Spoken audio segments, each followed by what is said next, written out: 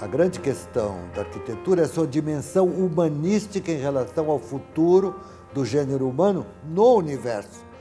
A estrutura crítica com raiz linguística e filosófica profunda é que fazem com que você raciocine a arquitetura como uma questão fundamentalmente não do edifício como fato isolado, mas da construção, reconstrução daquilo que seria a habitabilidade do planeta. Na essência, a cidade contemporânea.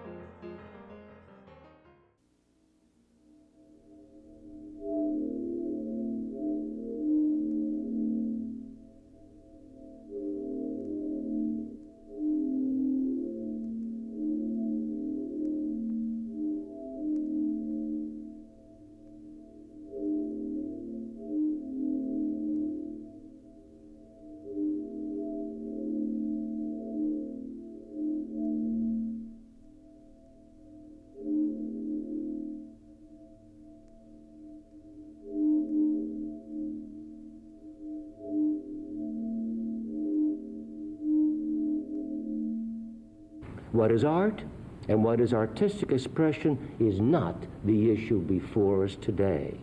The issue is, what is the governmental responsibility in arriving at a decision to place art that is paid for with public funds in a public plaza or other public place? I emphasize that we are not concerned with private art paid for with private funds to be placed on private property. The public, however, that term may be defined, should participate in the decision-making process to purchase public art with public funds for a public place. It has also been suggested that the public did not choose to install the work in the first place. In fact, the choice of the artist, approval of the sculpture, and the decision to install it permanently in the plaza was made by a public entity, the GSA. Tilted arc totally obstructs the architectural beauty of the court, the Jacob K. Javits Federal Office Building, and detracts in the view of so many from the beauty, simplicity, and openness of the plaza and fountain. Some people are concerned with the sculpture blocking entrances to the Jacob J. Javits Building and the U.S. Court of International Trade. Months were spent building full-scale mock-ups on the plaza. Finally, I laid the curve out with paint and chalk and observed people walking in and out of the building. It was clear to me that the placement did not interfere with the access to the main entrances and exits of either building.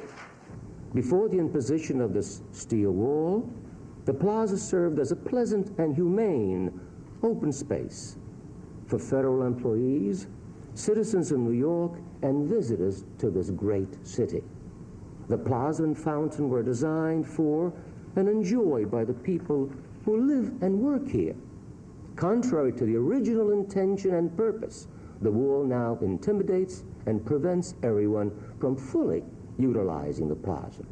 In response to the GSA's request to build a permanent sculpture, I studied the Federal Plaza carefully and noted that half of the plaza was given to a non-working fountain. And it was my concern not to interfere with this space and the paths that lead to, from, and around the fountain. I also ensured that the remaining half of the space was left open for social functions of any kind. It is bogus and false to say that the social function of the plaza is destroyed. It is false to say that, as Mr. Diamond has said, that it's impossible to use for the public and federal community to use the plaza. Also, the experience of art itself is a social function. It is curious to me that people who are concerned with function can't even put water in their fountain.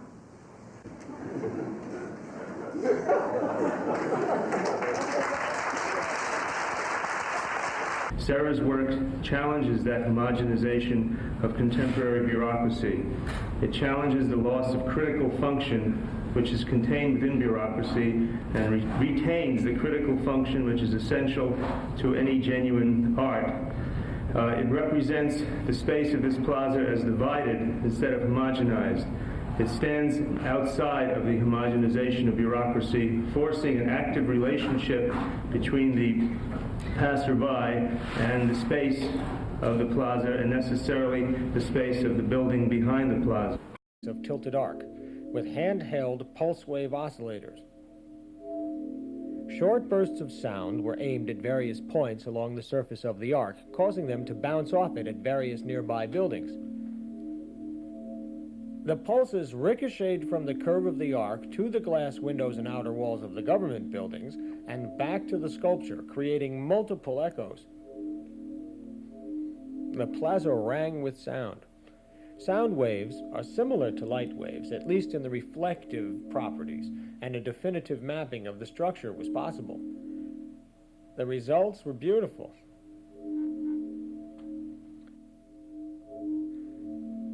Where a piece of Baroque sculpture diffuses sound waves, Serra's arc focuses them. Where the former blurs, tilted arc clarifies. The results lead me to believe that the plaza, due to the presence of the Serra sculpture, is a lovely environment for new music. It even serves to block out certain amounts of traffic noise. The problem with doing this is I can see it now. There will be Judge Ray and William J. Diamond on the 4th of July prodding on the office workers to bring in the steam shovels and the cranes to rip up the piece, and they'll all cheer it. Well, if you do that, what you're going to have is a crack in that plaza. And if you have a dish and you break it and you put it back together, you're still going to have a broken dish. And they're going to have a crack in democracy, a crack in the plaza, a crack in the First Amendment, and a crack in the freedom of expression.